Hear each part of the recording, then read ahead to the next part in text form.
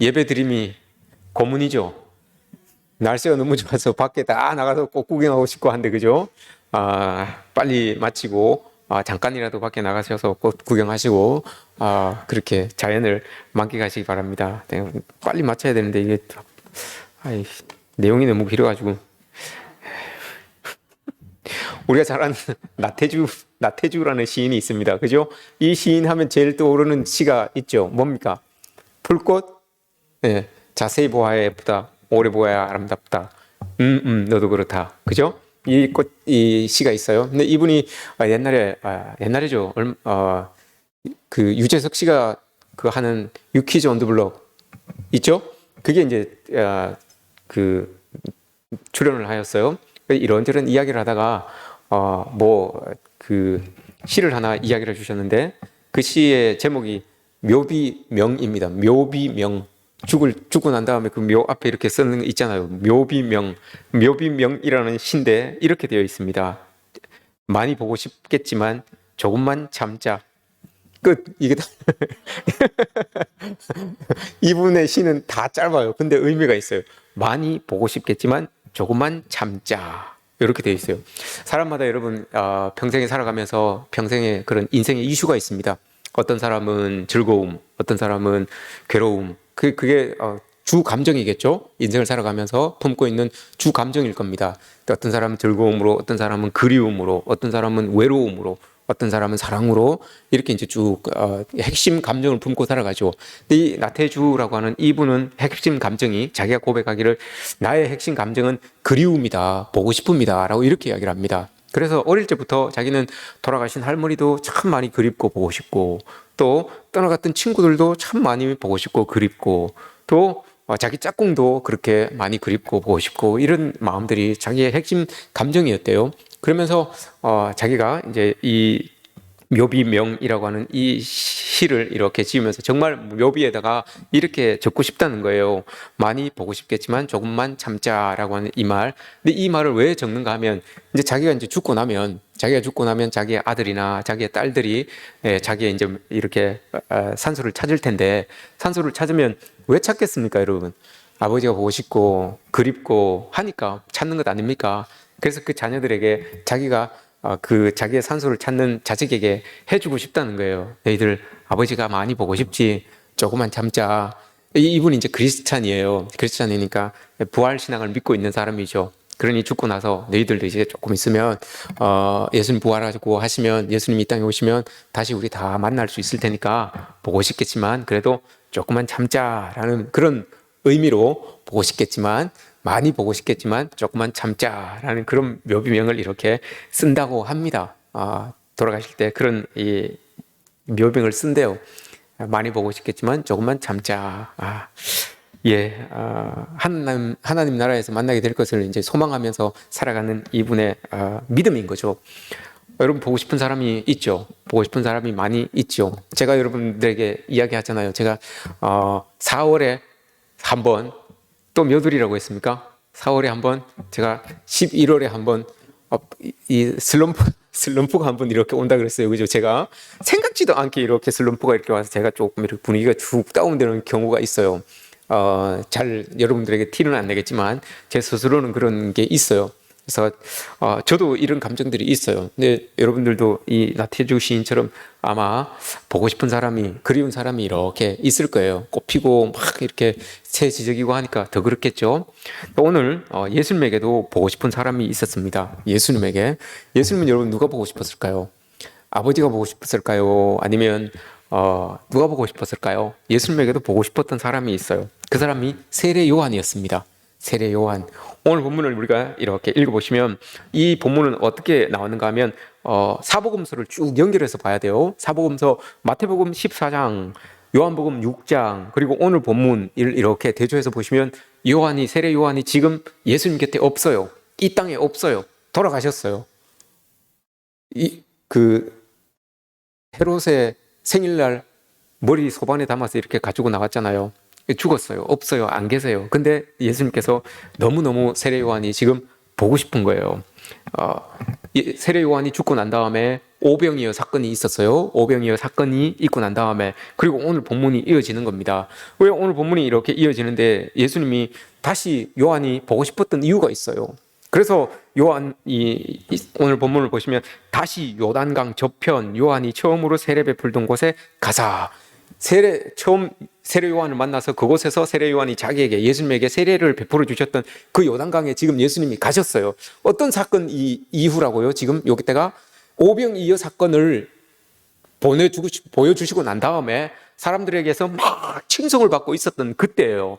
막 칭송을 받고 있었습니다. 그런데 많은 사람들이 이 칭송을 받아야 되는 그때임에도 불구하고 38절 오늘 38절을 보시면 여러분 예수님께서 이런 말씀을 하세요. 38절 보시면 내가 행하거든 나를 믿지 아니할지라도 그 일은 믿으라.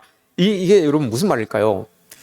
예수님께서 큰 이적을 베풀었음에도 불구하고 사람들이 막 예수님을 막 시기하고 질투하고 미워하고 죽이려고 하는 사람들이 있었던 거예요. 그래서 예수님이 그 사람들에게 말하기를 야 나는 못 믿어도 내가 하나님의 아들이라는 거 나는 못 믿어도 내가 행한 일 이건 보고 믿을 수 있지 않냐 하고 지금 예수님이 이렇게 이야기를 하는 거예요. 사람 많은 모여있는 사람들에게 이게 지금 예수님께서 여러분 사람들에게 하시는 말씀인데 예수님이 하실 수 있는 제일 궁색한 설득이에요. 궁색한 설득이에요.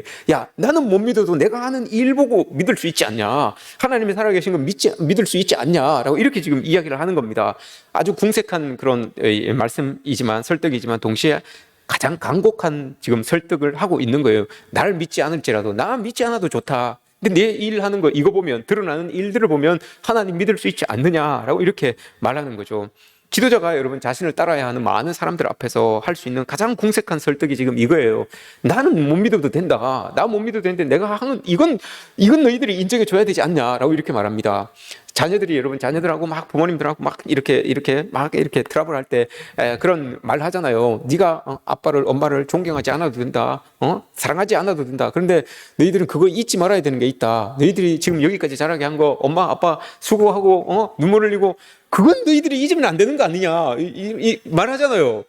그거예요. 제일 엄마 아빠로서 제일 궁색한 설득이 그거예요. 야, 너희들이 아빠를 존경하지 않아도 된다. 사랑하지 않아도 된다. 그런데 너희들이 지금 여기까지 먹고 입고 마시고 쓰고 한 거 이거 다 우리 수고를 해서 엄마 아빠의 수고가 있고 눈물이 있어서 지금 이렇게 된 건 아니냐. 이건 너희들이 인정해 줘야 되는 것 아니냐라고 이렇게 이야기를 하죠. 예수님이 지금 사람들에게 그걸 이야기하고 있는 거예요. 나는 안 믿어도 됩니다. 나는 안 믿어도 되는데 내 일을 보고 여러분들이 하나님의 살아계심을 믿고 해야 되는 것 아닙니까? 라고 이렇게 말하는 거예요. 근데 그 소리를 듣고 예수님을 사람들이 더 막 잡으려고 합니다. 잡아서 감옥에 가두려고 합니다. 그래서 예수님께서 오늘 사람들로 인하여 다친 마음이 있어요. 아픔이 있어요. 그래서 그 아픈 마음을 힘들고 이 힘든 마음을 추스르기 위하여서 세례 요한이 딱 떠올랐던 거예요. 그래서 세례 요한을 처음 만났던 그 자리로 간 거예요. 세례 요한은 없어요 지금. 세례 요한은 없지만 세례 요한을 만났던 그 자리로 예수님께서 가셨던 거예요. 그 자리로 가서 세례 요한과 나누었던 그때 있었던 일들을 많이 기억했겠죠.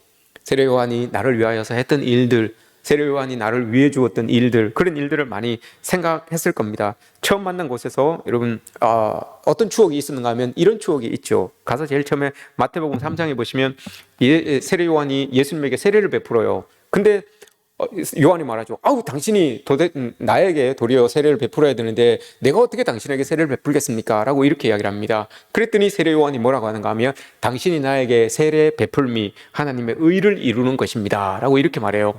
그러니까 세례 요한이 알겠습니다. 그럼 제가 세례를 베풀죠. 라고 하면서 세례를 베풀어 주잖아요. 그 겸손의 모습이 보였던 거예요. 세례 요한의 겸손도 예수님의 겸손의 모습도 그 자기들이 만난 그 자리에서 겸손의 모습이 있었던 거예요.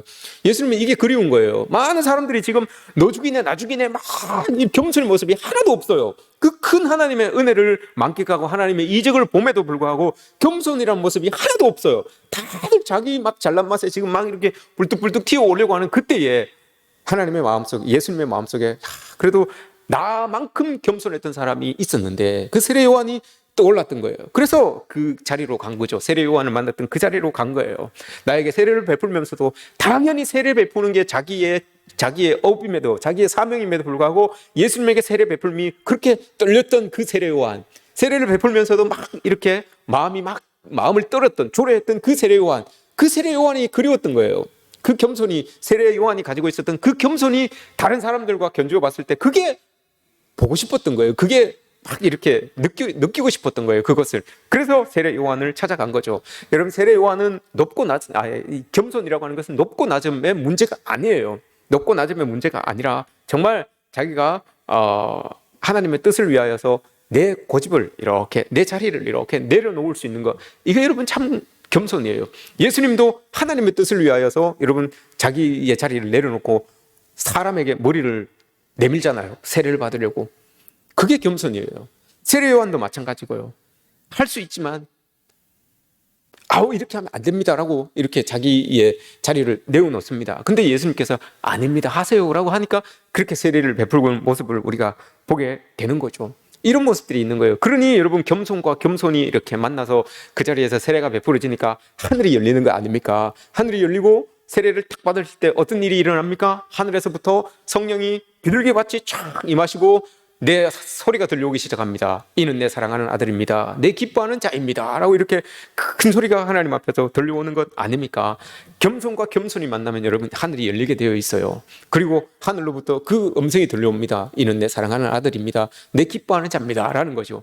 우리가 여러분 겸손과 겸손으로 만나면 정말 하늘이 열리는 경험을 하게 될 겁니다. 그리고 하늘로부터 오는 이 음성을 들을 수가 있을 겁니다. 근데 예수님께서 이 오늘 말씀을 이야기하잖아요. 그 하늘이 열린 거 얼마나 큰 일입니까, 여러분? 그죠? 그리고 하늘에서 음성이 들려와요. 그 음성이 우레 같은 음성인데 그 음성을 들었어요. 그러면 예수님께서 오늘 본문을 소개하실 때 이렇게 이야기할 수 있어요. 40절 말씀에 요한이 세례 베풀던 곳에 가사 거기 거하시니, 세례 베풀던 곳 이렇게만 이야기하지 않으시고 여러분 하늘이 열린 곳이라고 이렇게 이야기할 수도 있어요. 하늘로부터 너는 내 사랑하는 아들입니다. 내 기뻐하는 자입니다. 라고 소리가 들려왔던 곳이라고 할 수도 있어요. 나는 그곳으로 가겠다라고 이렇게 말할 수도 있죠. 그런데 예수님께서 그렇게 말씀하지 않으시고 그냥 세례 요한이 세례 베풀던 곳이라고 이렇게 이야기를 합니다. 왜 이렇게 이야기했을까요, 여러분? 예수님은 그 자리에서 일어났던 이 일이 중요한 게 아니라 세례 요한이 중요한 거예요. 나를 알아봐주고 나를 인정해주고 나를 이렇게 겸손하게 섬겨주었던 그 사람이 중요했던 거예요. 그 장소에서 일어났던 게 아니라, 여러분 장소가 아무리 중요해도 그 안에 몸담고 있는 사람들이 여러분 엉망이면 기억이 잘 안 나요. 기억이 잘 안 돼요. 그런데 아무리 장소가 엉망이라도 그 안에 담겨져 있는 사람들이 너무너무 소중한 기억들을 가지고 있으면 그 장소가 생각나게 되어 있어요. 우리 교회가 여러분 그런 곳이 되어야 됩니다. 엉망일지라도 그 사람이, 이 안에 담겨져 있는 사람들이, 여러분들이 참 소중하고 귀한 사람들이라서 그로 인해서 여러분 교회가 생각나고 하나님의 일이 생각나는 그런 모임이 돼야 되는 거죠. 예수님에게는 여러분 그런 거예요. 그 큰 일들이 있었던 장소임에도 불구하고 그 장소 아니라 세례 요한이라고 하는 사람이 딱 생각이 났던 거예요. 그래서 세례 베풀던 곳으로 갔어요. 세례 요한에게 딱 집중하고 있는 이 모습, 예수님께서 집중하고 있는 이 모습이 보여지는 겁니다. 이곳에서 여러분 또 어떤 추억들이 있었는가 하면 요한복음 1장에 보시면 26절에 보시면 여러분 물로 세례를 베푼다, 자기가 이제 세례를 베풀고 있었잖아요. 그때 세례 요한이 뭐라고 이야기하는가 하면 이때 자기가 예수님에게 세례를 이렇게 베풀잖아요. 그리고 뭐라고 이야기합니까? 아닙니다. 나는 정말 당신의 신발끈을 묶기에도 참 부족한 사람이에요. 라고 이렇게 얘기해요. 요한복음 1장 26절에서 그렇게 이야기를 합니다. 근데 여러분 이 장소는 세례 요한이 조금만 욕심을 냈으면 예수님보다도 예수님만큼 사람들에게 위대한 사람으로 이렇게 딱 추앙받을 수 있는 그런 장소였어요. 조금만. 왜냐? 많은 사람들이 예수 그리스도에 집중하고 있었는데 그 예수 그리스도라는 사람이 세례 요한에게 와서 나에게 세례를 베풀어 주십시오라고 하면서 머리를 숙여요. 그러면 잘못 판단을 하게 되면, 야, 예수님도 세례 요한에게 머리를 숙이더라라고 해서 세례 요한이 잠깐만 자기의 자리를 이해하지 못한다면, 자기의 자리를 조금만 왜곡시킨다면 여러분 예수님보다도 더 대접받을 수 있는, 더 추앙받을 수 있는 그런 사람이 될 수가 있어요. 그런데 세례 요한이 뭐라고 합니까? 아닙니다. 나는 예수님의 신발끈을 묶을 수도 없을 만큼 그만큼 부족한 사람입니다. 라고 이렇게 이야기를 해요.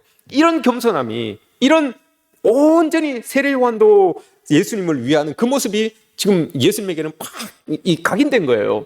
그래서 이곳에 가고 싶었던 거예요. 사람에게 막 상처받고 사람에게 막 이 고난당하고 막 사람에게 막 이런 막 어지러운 이런 모습들이 나타나니까 그 자기를 제대로 알아봐 주었던 그 세례 요한이 그리웠던 거예요. 그리워서 그 자리를 이렇게 찾아가는 것 아닙니까? 대단한 위치에 올라갈 수 있었던 그 세례 요한, 그러나 예수님이 누군지 제대로 알고 그 예수님을 고백하고 그 예수님에게 세례를 주었던 그 세례 요한이 생각이 나서 이렇게 떠나가는 것을 보게 되죠. 우리가 여러분 이런 모습들이 우리에게 참 있었으면 좋겠어요. 누구에게도 이런 모습들 조금만 내가 나를 왜곡하면 막 이렇게 높아질 수 있는 그런 사람들 위에 설 수 있는 그런 모습이 있을지라도 여러분 정말 하나님으로 인하여 예수 그리스도로 인하여서 그렇게 하지 않는 우리들이 되어야 될 거예요. 그러면 그 모습이 여러분 정말 우리의 진실한 모습으로 세상 사람들에게 보여지고 하나님에게 인정받게 되는 거죠. 우리가 잘 알고 있는 여러분들은 모르겠습니다. 잘 알고 있는지 이게 습관적으로 나와요. 우리가 잘 알고 있는 잘 알고 있는지 모르겠습니다. 김창옥 씨라고 혹시 압니까 여러분? 포프리쇼 하는 분이잖아요, 그죠? 그분이 얼마 전까지만 해도 이 우울증이 심했어요. 그래서 모든 이 활동을 다 접었단 말입니다. 그 사람이 이제 이야기를 해주는 내용이에요. 그 사람은 자기는 컴플렉스가 있대요. 자기의 학력과 자기의 경력에 대해서 컴플렉스가 있대요.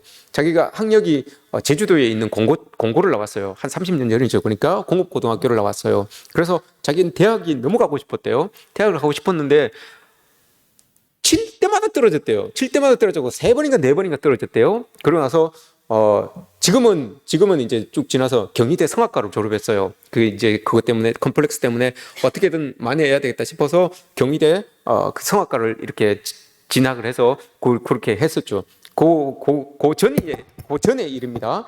그래서 뭐 3번, 4번 했는데 도저히 안 되더래요. 계속 떨어지더래요. 그래서 자기 말로 고백하는 거예요. 그래서 자기는 우리나라에서 제일 좋은 대학을 가야 되겠다 싶어가지고 그 대학을 갔대요. 해병대. 자기 입으로 그렇게 이야기해요. 자기 입으로 731기인데 제 후배죠. 제 후배인데 제 후배인데 해병대를 갔대요. 해병대를 가서 이렇게 하다가 시간이 쭉 지났어요. 시간이 쭉 지나고 제대쯤 됐어. 제대쯤 되면 이제 병장쯤 되면 시간이 좀 남잖아요. 시간이 남는데 내가 뭘 해야 되나 싶어 고민을 해야 됐대요. 근데 휴가 갔다가 들어오는 친구들이 그때 당시만 해도 여러분 조그마한 이렇게 그 가이드라고 하는 그 핸드북 비슷한 책이 있잖아요. 음악 노래도 나오고 하는 거. 맨 뒤에 보니까 펜팔 주소가 쭉 나오더래요. 기억합니까 여러분? 그런 저하고 비슷한 감수성이 있습니까? 그 뒤에 보면 펜팔이라고 하는 주소가 쭉 나오더래. 그래서 툭 찍었대요. 툭 찍어가지고 펜팔 이제 했는데, 연락이 온 거야.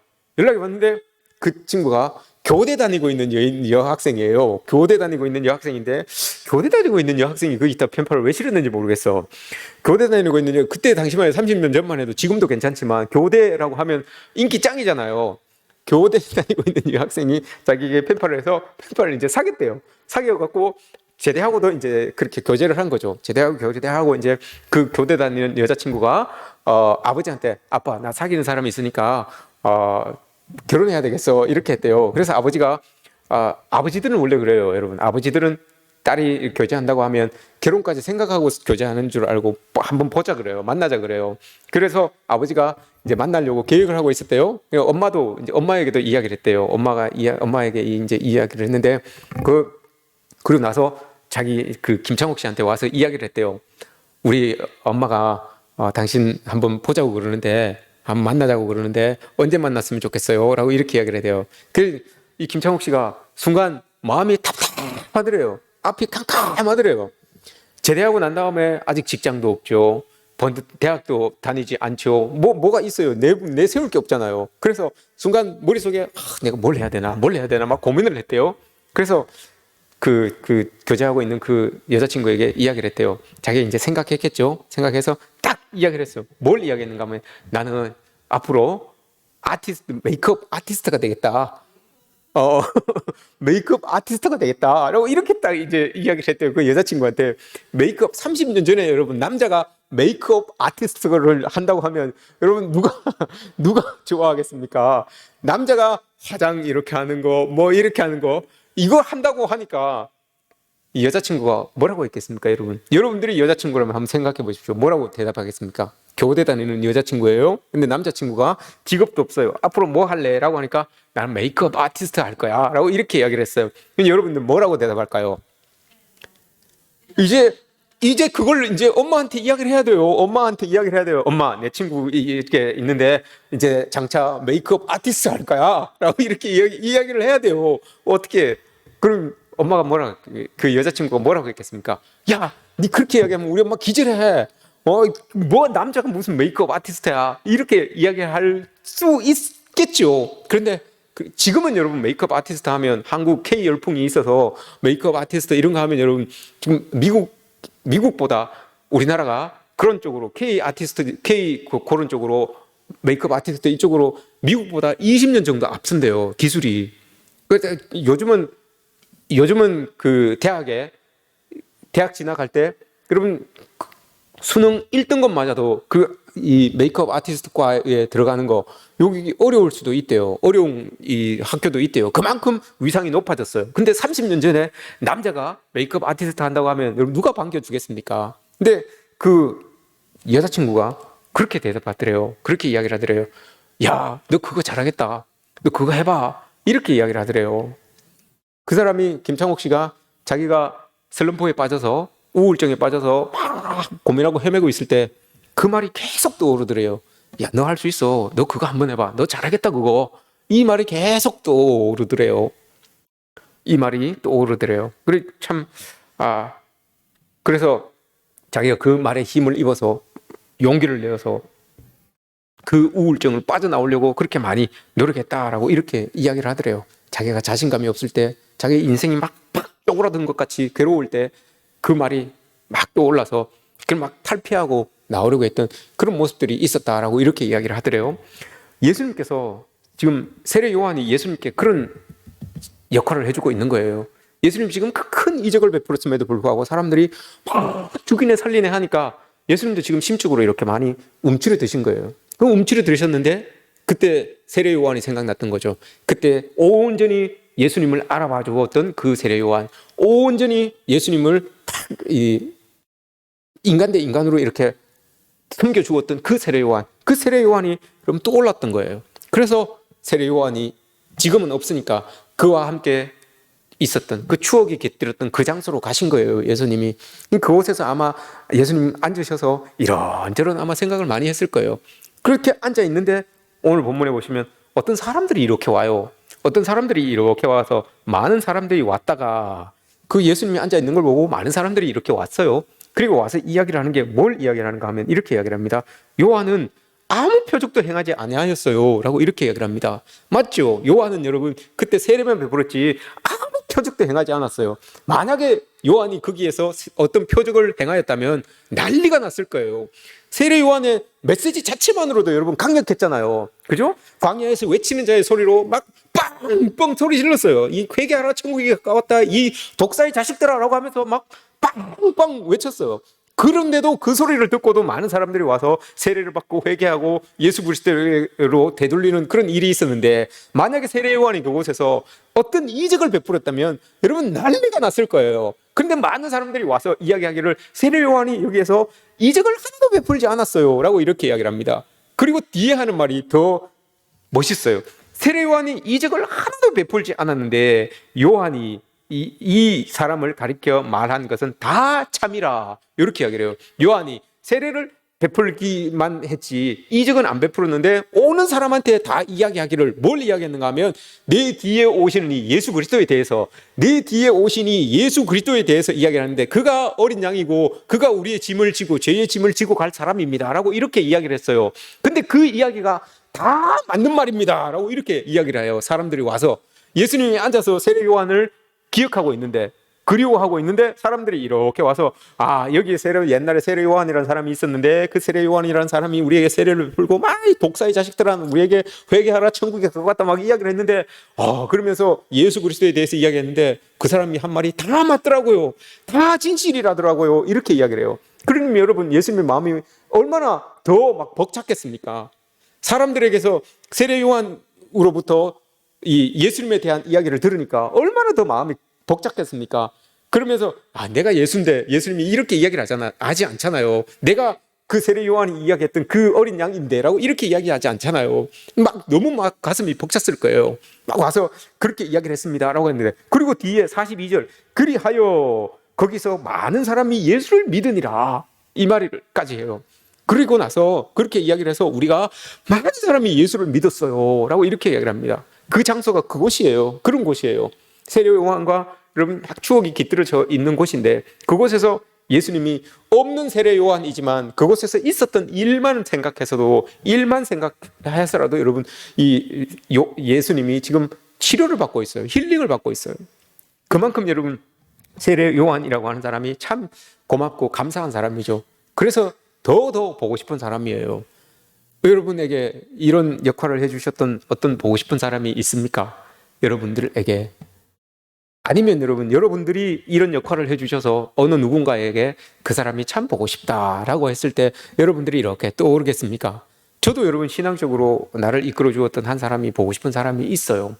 보고 싶은 사람이 있어요. 근데 초등학교 때 주일학교 선생님이었었는데 정남순 전도사님이었어요. 여자 전도사님이었는데 그런 분이 있고요. 신앙적으로는 그분이 제일 보고 싶어요. 이런 사람들이 여러분 우리가 되어줄 수 있어야 됩니다. 세례 요한과 같은 사람, 자기 자리를 잘 지키고 그 자리에서 자기에게 맡겨준 그 일들을 또 잘 감당하고, 그러면서도 그 일로 인하여 교만하지 아니하고 겸손하게 그 일의 주체이신, 그 일의 대상이신 예수 그리스도를 이렇게 높여주는 그 세례 요한. 그러니 예수님도 보고 싶어 하잖아요. 예수님도 보고 싶어서 떠난 자리, 세례 요한이 떠난 자리, 그러나 그가 땀 흘리며 눈물 흘리며 일했던 그 자리에 예수님이 찾아가셔서 그 흔적들을 느끼는 거예요. 예수님 그 세례 요한의 눈물을 느끼는 거죠. 그 세례 요한의 딱 겸손을 느끼는 거죠. 이런 모습들이죠. 누군가 여러분 세례 요한 같은 사람이 여러분들에게도 있었으면 좋겠고요. 또 여러분들이 세례 요한 같은 사람들이 되어 주었으면 좋겠습니다. 힘들고 어려울 때 여러분들을 이렇게 생각하고 찾아가서 위로받을 수 있는 그런 사람들 여러분들이 되어 주십시오. 여러분들이 그런 사람이 되어 주시기를 바랍니다. 우리도 그렇게 할 수 있어요, 여러분. 우리가 어떻게 그렇게 해야 되나요? 라고 이렇게 이야기를 하지만 마태복음 25장에서 예수님께서 그러잖아요. 네가 소자에게 한 것이 나에게 한 일이다 라고 이렇게 말하잖아요. 언제 우리가 예수님 굶주릴 때 먹을 거 주었고 예수님 언제 목마를 때 우리가 마실 거 주었습니까? 라고 이렇게 이야기를 하니까 예수님께서 뭐래요? 나한테 한 것이 아니라 소자에게, 작은 소자에게 한 것이 나한테 한 것이다 라고 이렇게 말하잖아요. 우리가 여러분 그렇게 한 거예요. 우리가 작은 소자에게 그렇게 하면 그게 우리가 예수님에게 하는 것처럼 그렇게 되는 거예요. 이걸 여러분 예수님께서 우리에게 원하시고 바라시는 것 아니겠습니까? 히브리서 11장에 보시면 믿음의 사람들이 많이 나오죠. 믿음의 대가들이 나옵니다. 아브라함, 모세, 다윗 이런 믿음의 대가들이 쭉 나오죠. 그런데 히브리서 11장 맨 마지막 9절 36절을 보시면, 여러분 36절을 보시면 거기에는 이런 말씀이 나옵니다. 또 어떤 이들은 예수로 인하여서 고난당하고 채찍에 맞았다라고 이렇게 이야기를 합니다. 어떤 이들은 고난당하고 채찍에 맞았다라고 이렇게 이야기를 합니다. 앞에는 믿음의 거장들을 이야기하면서 이름을 다 이야기해요. 그런데 11장 36절 이하에는 어떤 이들은 이라고 이렇게 이야기를 합니다. 이름을 이야기하지 않아요. 여러분 이 사람들이 이름이 없었을까요? 어떤 이들은 예수님 때문에 고난받고 채찍에 맞았던 이 사람들은 이름이 없어서 이름을 안 쓰고 어떤 이들이다라고 이렇게 이야기를 했을까요? 아니에요. 여러분 이 사람들도 이름이 있어요. 이 사람들의 이름은 어디에 있을까요, 여러분? 제 생각으로는 예수님의 가슴에 탁 새겨져 있을 거예요. 나를 위하여서 채찍받고 나를 위하여서 고난받았던 이 사람들의 이름은 아마 예수님의 이름 가슴에 딱 새겨져서 있을 거예요. 예수님이 기억하시고 보고 싶어하는 사람들이죠. 이런 사람들이 예수님이 기억하시고 보고 싶어하는 사람들입니다. 세례 요한도 그렇지만 여러분 우리가 이런 사람들이 되었으면 좋겠습니다. 예수님께서 여러분들을 이렇게 생각하시면서 보고 싶고 기억하고 싶고 만나고 싶고 그리워하는 그런 사람들이 되었으면 좋겠습니다. 그게 여러분 우리 삶의 모습이 되어야 되는 거죠. 먼저는 예수님께 그렇게 하시고요. 또 나중에는 여러분들이 그런 사람들이 되어 주십시오. 예수님이 세례 요한이 있던 그곳을 찾아서 가셨던 것처럼 많은 사람들이 여러분들을 생각하면 위로가 되고 또 나에게 그리움이 되는 그런 사람들이 되어 주어서 이들이 여러분들을 찾아갈 수 있는 그런 하나님의 사람들 되시기를 주님의 이름으로 축복합니다.